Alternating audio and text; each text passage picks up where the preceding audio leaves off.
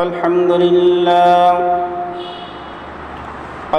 لله نحمده ونستعينه ونستغفره ونؤمن به ونتوكل عليه ونعوذ بالله من شرور أنفسنا ومن سيئات أعمالنا من يهده الله فلا مضل له ومن يضلل فلا هادي له ونشهد أن لا إله إلا الله وحده لا شريك له ونشهد أن سيدنا ونبينا ومولانا محمدا عبده ورسوله أما بعد فقد قال الله تعالى في كلامه المجيد والفرقانه الحميد أعوذ بالله من الشيطان الرجيم بسم الله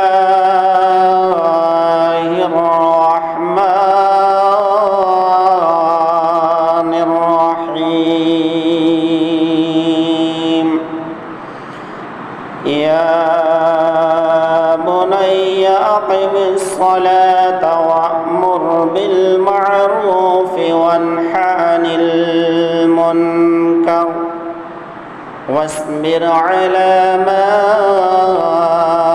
أصابك إن ذلك من عزم الأمور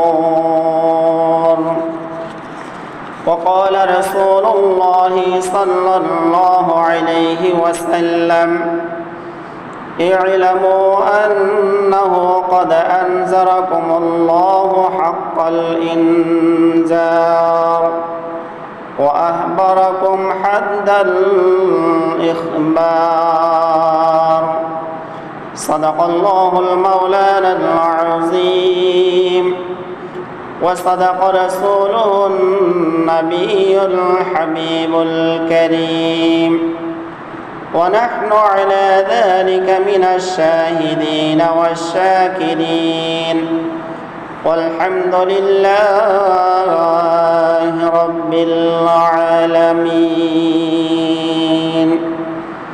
إن الله وملائكته يصلون على النبي يا أيها الذين آمنوا صلوا عليه وسلموا تسليما صلى الله على سيدنا محمد وآله وأصحابه وسلم صلاة يا رسول الله عليكم سلام يا حبيب الله عليكم اللهم صل على سيدنا مولانا محمد وعلى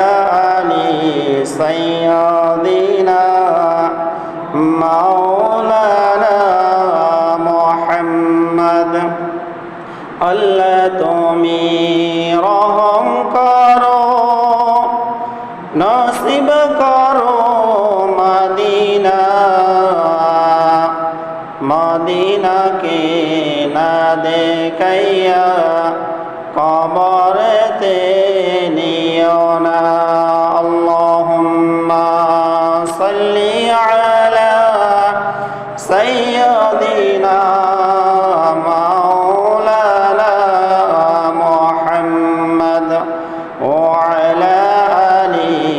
سيدنا مولانا محمد সম্মানিত মুসল্লিন ইকরাম মুরব্বিন আযম আসসালামু আলাইকুম ওয়া রাহমাতুল্লাহি ওয়া বারাকাতুহু।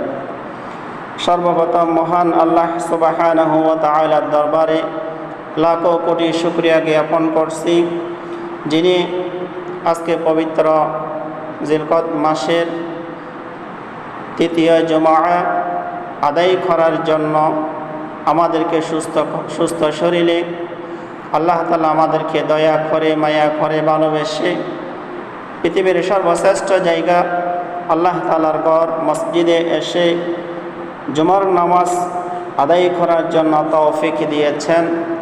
এই জন্য মন দিল উজাড় করে একবার কালিমাত শুকরিয়া আদায় করছে আলহামদুলিল্লাহ। সাথে সাথে লক্ষ কোটি গুণ দরুদ প্রেরণ করছি বিশ্বের মানবতার মুক্তির দূত কুল কায়নাতের নবী দুই জাহানের সরদার আমাদের প্রিয় নবী রাহমাতাল লিল আলামিন মুহাম্মদুর রাসূলুল্লাহ সাল্লাল্লাহু আলাইহি ওয়াসাল্লামের প্রতি আল্লাহ তাআলা আমাদেরকে বিনা দরখাস্তে বিনা আবেদনে শেষ নবীর উম্মত হিসাবে পরিচয় দেওয়ার জন্য সুযোগ দিয়েছেন। এই জন্য আল্লাহ তাআলার দরবারে একবার কালিমাত শুকরিয়া আদায় করে আলহামদুলিল্লাহ। আল্লাহ তাআলা এমন একজন সৃষ্টিকর্তা, এমন একজন পালনকর্তা। আল্লাহ তাআলার বিষয়ে আমাদের প্রিয় নবী মুহাম্মদুর রাসূলুল্লাহ সাল্লাল্লাহু আলাইহি ওয়াসাল্লাম বলেন, আল মালিকুল মা'বুদুল মাশহুর মাহমুদুল মুফাদ্দাল বিজিল কারীমিল ওয়াল জুদি। মহান আল্লাহ পাকের জন্য সকল প্রশংসা, যিনি বাদশা এবং মাবুদ, শুকরিয়া পাওয়ার যোগ্য, শুকরিয়া পাওয়ার অধিকার, শুকরিয়া পাওয়ার একমাত্র হকদার আল্লাহ সুবহানাহু ওয়া তাআলা। কারণ যিনি পৃথিবী সৃষ্টি করলেন, যিনি মৃত্যু মানুষকে জীবিত করতে পারে, জীবিত মানুষকে মৃত্যু করতে পারে এবং অসুস্থ মানুষকে সুস্থ করতে পারে এবং সুস্থ মানুষকেও অসুস্থ করতে পারে, সমস্ত কিছুর ক্ষমতা, সমস্ত কিছুর অধিকার আল্লাহ সুবহানাহু ওয়া তাআলা। এই জন্য রাসূলুল্লাহ সাল্লাল্লাহু আলাইহি ওয়াসাল্লাম আমাদেরকে জানিয়ে দিলেন, আল মুফাদ্দিল বিজিল হিকমি ওয়াল কারীমি ওয়াল জুদ। আমাদের জন্য কর্তব্য হচ্ছে সব সময় আল্লাহ তাআলার শুকরিয়া আদায় করা, আল্লাহ রাব্বুল আলামিনের প্রশংসা করা, যিনি বড় বড় বকশিশ দান করেন। আল্লাহ তাআলার যে পৃথিবীর মধ্যে সৃষ্টি করলেন মানব জাতি, এই মানব জাতিদেরকে আল্লাহ তাআলা বিপদে ফেলেন এবং বিপদ থেকে আবার উদ্ধার করেন। এমন একজন সৃষ্টিকর্তার সব সময় শুকরিয়া আদায় করা মানুষের জন্য কর্তব্য। শুকরিয়া পাওয়ার একমাত্র হকদার হচ্ছে আল্লাহ তাআলা। এই জন্য রাসূলুল্লাহ সাল্লাল্লাহু আলাইহি ওয়াসাল্লাম তিনি বলেন, আল্লাহ তাআলা ইহসানের দ্বারা মানুষকে মেহেরবানি করে প্রতিটি মুহূর্তে আল্লাহ তাআলার নিয়ামত দেয়, আল্লাহ তাআলার রহমত দেয়। আল্লাহ যদি আমাদেরকে রহম না করতেন, আমাদেরকে যদি নিয়ামত না দিতেন, তাহলে আমরা পৃথিবীর মধ্যে এতদিন বেঁচে থাকতে পারতাম না। আল্লাহ তাআলা যেভাবে গরম দিচ্ছে, যেভাবে বৃষ্টি দেয়, এই বৃষ্টির এত পরিমাণ বৃষ্টি হয়, এই বৃষ্টির পানির ঠেলাইয়ে পুরো পৃথিবী ধ্বংস হয়ে যেত। কিন্তু আল্লাহ তাআলা এমন বৃষ্টি দেওয়ার পরও বৃষ্টিগুলো হজম করার মতো মাটিকে আল্লাহ তাআলা শক্তি দিয়েছে।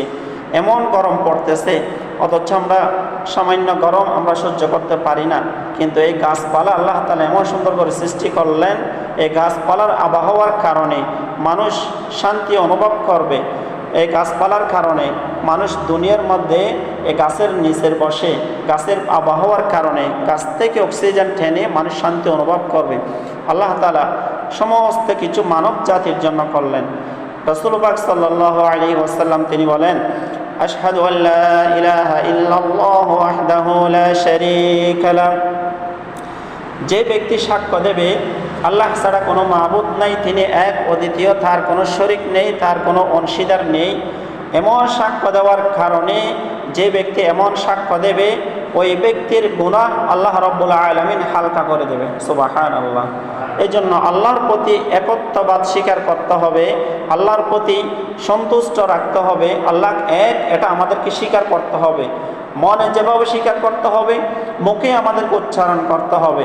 আমরা মনে মনে যদি স্বীকার করি, এটা যদি আমরা বাস্তবায়িত না করি, তাহলে এটার দ্বারা আমাদের গুণ হালকা হবে না। আমি যেভাবে আল্লাহকে বিশ্বাস করব, ঠিক তেমনিভাবে আল্লাহ যত আমাদেরকে বিপদ দেবে, ওই বিপদকে আমাদেরকে ধৈর্য ধারণ করতে হবে। আল্লাহ আমাদের সামনে বিপদ দেবে। আমরা যখন ব্যবসা করব, আমাদের ব্যবসার মধ্যে আল্লাহ লস দেবে। একদিন যদি আমাদেরকে লস দেয়, আর দিন আমাদেরকে লাভবান করবে। একদিন যদি আমাদেরকে ক্ষতি করে, আল্লাহ তাআলা একদিন আমাদেরকে সফলতার মুখ দেখাবে। তাহলে একদিন ক্ষতি করে আমাদের মন কতটুকু শক্ত, এটা আল্লাহ তাআলা আমাদেরকে পরীক্ষা করে দেখে। আমি এই বন্দাকে দেওয়ার পরে এই বন্দা আমার শুকরিয়া আদায় করে নাই, এখন ওনাকে আমি এই ব্যবসার মধ্যে এই বিপদের সাথে আমি ওনাকে সম্মুখীন করি, এই ব্যক্তি এই উম্মত আমার কতটুকু ধৈর্য ধারণ করে, আমার প্রতি কতটুকু একত্ববাদ স্বীকার করে, এটা পরীক্ষা করার জন্য আল্লাহ তাআলা আমাদেরকে বিপদ দেয়। প্রত্যেকটি মানুষ যদি ব্যবসার মধ্যে লাভবান হতো, তাহলে কোনো ব্যক্তি যখন সুখে থাকে, ওই ব্যক্তি দুঃখ কি বুঝে না, কষ্ট কি জিনিস বুঝে না। কোনো ব্যক্তি যখন প্রত্যেকটা মুহূর্তে যখন কষ্ট থাকে, ওই ব্যক্তি সুখ কি বুঝে না। এই জন্য আল্লাহ তাআলা একদিন সুখ দেবে, একদিন শান্তি দেবে। আল্লাহ তাআলা একদিন ব্যবসার মধ্যে লাভ দেবে, একদিন ব্যবসার মধ্যে লস দেবে। আল্লাহ আমাদেরকে বিপদে ফেলবেন, বিপদ থেকে উদ্ধার করবেন। আল্লাহ আমাকে বিপদ দিচ্ছি, বিপদ দেওয়ার আগেই আল্লাহ তাআলা আমাদের হাতকে শক্ত করে দিচ্ছে, আমাদের মনকে এই বিপদ ধৈর্য ধারণ করার মতো এতটুকু শক্ত করে দিচ্ছে। না হয় আল্লাহ সুবহানাহু ওয়া তাআলা আমাদের যে অসুস্থর মধ্যে রাখেন, যে বিপদের মধ্যে ফেলেন, মানুষ কষ্ট ভোগ করতে না পেরে মানুষ আত্মহত্যা করত। তাহলে বোঝা যাচ্ছে ব্যবসায় লস দেওয়ার মালিক একমাত্র আল্লাহ তাআলা, লাভবান করার মালিকও একমাত্র আল্লাহ তাআলা। বিপদের সময় আমাদেরকে ধৈর্য ধারণ করতে হবে, বিপদের সময় আল্লাহর এক, এটা আমাদেরকে বিশ্বাস করতে হবে। এরপর রাসূল পাক সাল্লাল্লাহু আলাইহি ওয়াসাল্লাম বলেন, ওয়াশহাদু আন্না সাইয়্যিদানা ওয়া নাবিয়্যানা ওয়া মাওলানা মুহাম্মাদান আবদুহু ওয়া রাসূলুহু। আমাদের সরদার, আমাদের নবী, আমাদের কুল কায়নাতের নবী, দুই জাহানের সরদার, আমাদের প্রিয় নবী মুহাম্মদুর রাসূলুল্লাহ, উচ্চ আওয়াজে বলি সাল্লাল্লাহু আলাইহি ওয়াসাল্লাম, আল্লাহ তাআলার বান্দা ও রাসূল। এই রাসূলের মাধ্যমে, এই নবীর মাধ্যমে আমাদেরকে পৃথিবীর মধ্যে কীভাবে চলবো, কীভাবে হাঁটবো, কীভাবে আমরা ভালো কাজ করবো, কীভাবে আমরা খারাপ কাজ করব, সমস্ত কিছু আমাদের জন্য পাঠালেন, আমাদেরকে শিক্ষা দেওয়ার জন্য। আল্লাহ তাআলার পক্ষ থেকে নবীর মাধ্যমে, রাসূলের মাধ্যমে মানব জাতির জন্য একটা শিক্ষা পাঠালেন, যেটা করলে আল্লাহ তাআলাকে পাওয়া যাবে, রাসূলকে অনুসরণ করলে আল্লাহকে সন্তুষ্ট করা যাবে। এরপর রাসূল পাক সাল্লাল্লাহু আলাইহি ওয়াসাল্লাম বলেন, ই'লামু আন্নাহু ক্বাদ আনজারাকুমুল্লাহু হাক্কাল ইনজার ওয়া আহবারাকুম হাদ্দাল ইখবার। রাসূল পাক সাল্লাল্লাহু আলাইহি ওয়াসাল্লাম বলেন, মহান আল্লাহ পাক তোমাদেরকে সঠিকভাবে বিধি প্রদর্শন করে তোমাদেরকে সমস্ত কিছু জানিয়ে দিয়েছে। একমাত্র তোমাদেরকে সঠিক খবর আল্লাহ তাআলা জানিয়ে দিয়েছেন। তাহলে আমরা কীভাবে চলবো, কীভাবে হাঁটবো, কীভাবে খাবো, সমস্ত কিছু আল্লাহ তাআলা আমাদেরকে জানিয়ে দিলেন। এরপর আল্লাহর প্রিয় হাবিব বলেন, ওয়াস্তাঈনু বিল খাউফি মিনাল্লাহি মিন কুল্লিল উমুর। আল্লাহ তাআলা আমাদের জন্য প্রত্যেক কাজে মহান আল্লাহ পাকের ভয়ভীতি দ্বারা সাহায্য কামনা করে এবং পরস্পর একজন অপরজনকে ভালো কাজের আদেশ দেওয়া, খারাপ কাজ থেকে নিষেধ করা, এটা প্রত্যেকটি ব্যক্তির দায়িত্ব, কর্তব্য। সমাজে কোন একজন ব্যক্তি খারাপ কাজ করতেছে, ওনাকে অপর ব্যক্তিদের দায়িত্ব হচ্ছে ওনাকে নিষিদ্ধ করা, খারাপ কাজ থেকে ফিরে আসা। যদি খারাপ কাজের বাধা না দিই, তাহলে যারা পৃথিবীর মধ্যে, দুনিয়ার মধ্যে, সমাজের মধ্যে প্রত্যেকটি পরিবারের মধ্যে দায়িত্বশীল থাকবে, তাদের উপর আল্লাহ তাআলার সাথে সম্মুখীন হতে হবে, আল্লাহ তাআলার বিচারে কাঠগড়ায় দাঁড়াইতে হবে।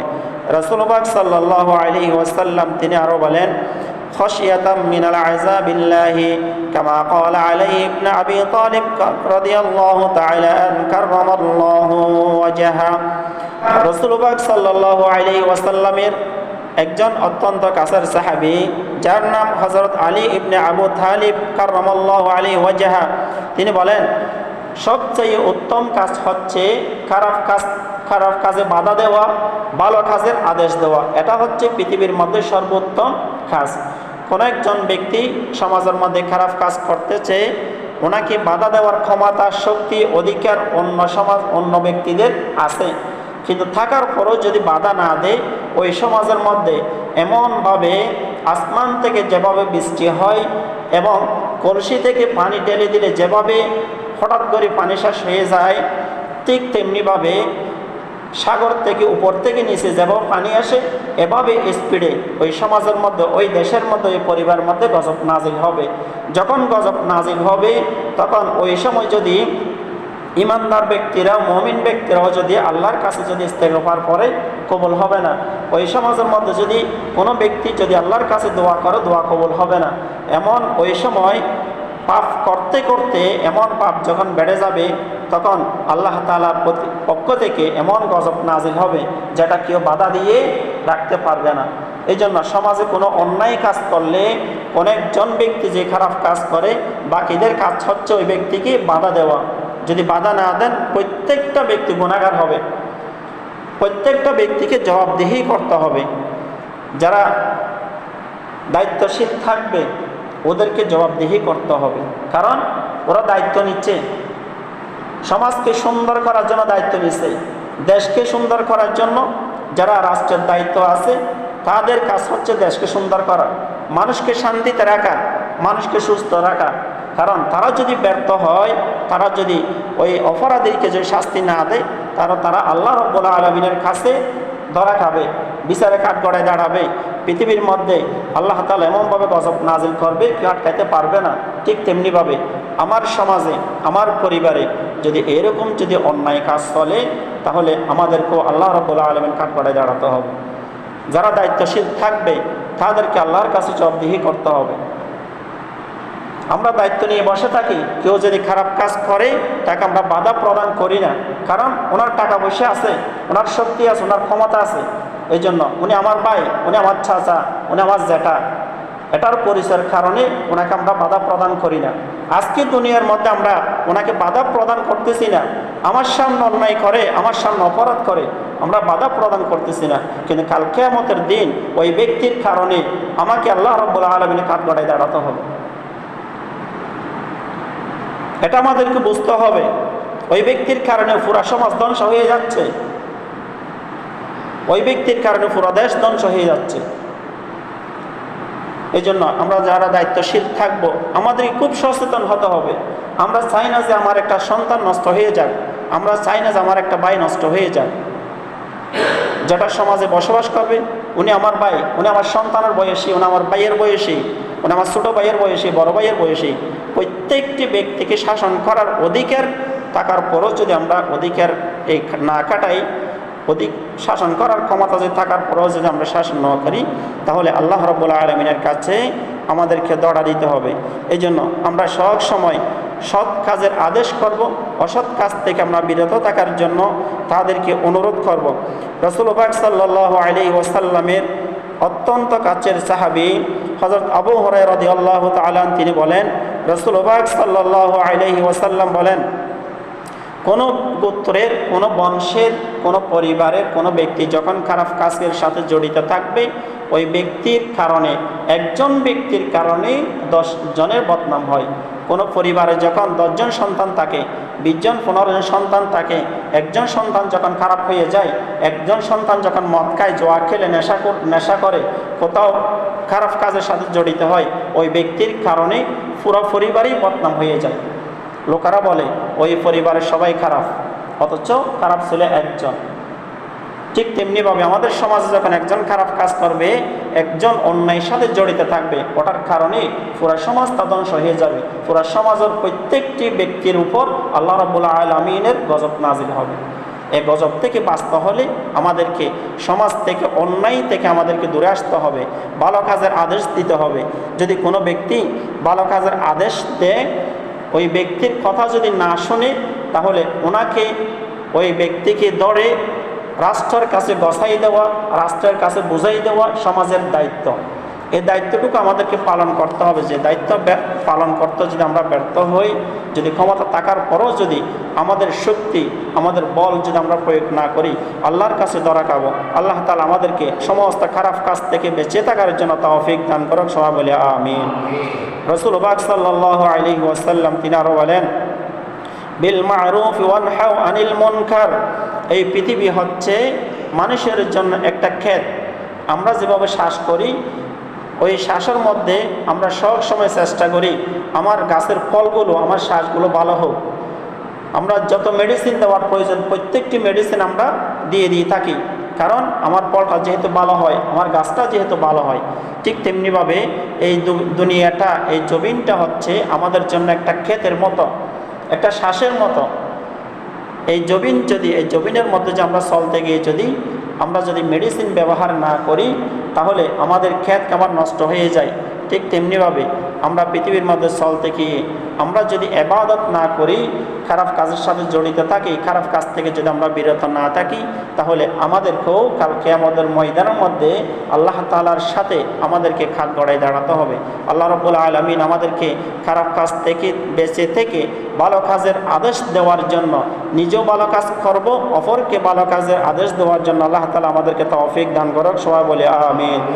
আল্লাহ তাআলা কোরআনে কারীমের মধ্যে ইরশাদ করেন, ইয়া বুনাইয়া আকিমিস সালাতা ওয়া'মুর বিল মা'রুফ ওয়ানহা আনিল মুনকার ওয়াসবির আলা মা আসাবাক ইন্না যালিকা মিন আজমিল উমুর।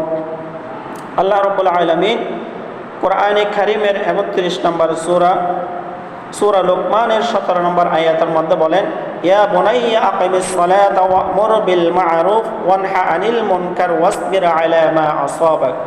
তোমরা ভালো কাজের আদেশ করো এবং খারাপ কাজ থেকে বিরত থাকো। যারা খারাপ কাজ করবে তাদেরকে বাধা প্রদান করো। তাহলে একজন লোকমান আলাইহি ওয়াসাল্লাম আল্লাহ রাব্বুল আলামিনের একজন পয়গম্বর ছিলেন, একজন নবী ছিলেন। একজন নবী হওয়ার পরও নবীর সন্তানকে হযরত লোকমান আলাইহিস সালাম বললেন, হে আমার পুত্র, তুমি খারাপ কাজ থেকে দূরে সরে থাকো, ভালো কাজের প্রতি ধাবিত হও। তুমি নামাজ কায়েম করো, ভালো কাজ করো, যারা খারাপ কাজ করবে তাদেরকে বাধা প্রদান করো। তাহলে আমাদেরকেও খারাপ কাজ থেকে সরে আসতে হবে। যেখানে একজন নবী হয়ে যাওয়ার পরও, নবীর ছেলেকে নবী হওয়ার পরও পিতা নিজের সন্তানকে উপদেশ দিলেন খারাপ কাজ থেকে দূরে সরে আসার জন্য। তাহলে আমরা পৃথিবীর মধ্যে সাধারণ মানুষ, অন্য নবীর উম্মতারা 100 বছর 150 বছর হায়াত পেতেন, তাদের ইবাদতও এতটুকু ছিল। কিন্তু আমরা শেষ নবীর উম্মত হওয়ার কারণে, আখিরি নবীর উম্মত হওয়ার কারণে আমাদের হায়াত সংক্ষিপ্ত, আমাদের জীবন সংক্ষিপ্ত, আমাদের রিজিক সংক্ষিপ্ত। আমাদের প্রিয় নবীর দিকে তাকিয়ে, মহাব্বতের নবীর দিকে তাকিয়ে আল্লাহ রাব্বুল আলামিন আমাদের অল্প ইবাদতের অত্যন্ত সওয়াব বাড়িয়ে দিলেন, ফজিলত বাড়িয়ে দিলেন। আল্লাহ তাআলা আমাদেরকে প্রত্যেকটি সময় খারাপ কাজ থেকে বিরত থাকার জন্য তৌফিক দান করুক, সবাই বলি আমিন। এই পবিত্র মাসের ওসিলায় আমাদের পিতামাতা, আমাদের আত্মীয় স্বজন কবরবাসীন হয়েছে, আল্লাহ তাআলা তাদের মাগফিরাত কামনা করুক, সবাই বলি আমিন। আমাদেরকে সব সময় প্রতিটা মুহূর্তে শয়তান থেকে বেঁচে থাকার জন্য আল্লাহ তাআলা আমাদেরকে তৌফিক দান করুক, সবাই বলি আমিন। ওয়া আখিরু দাওয়ানা আলহামদুলিল্লাহি রাব্বিল আলামিন।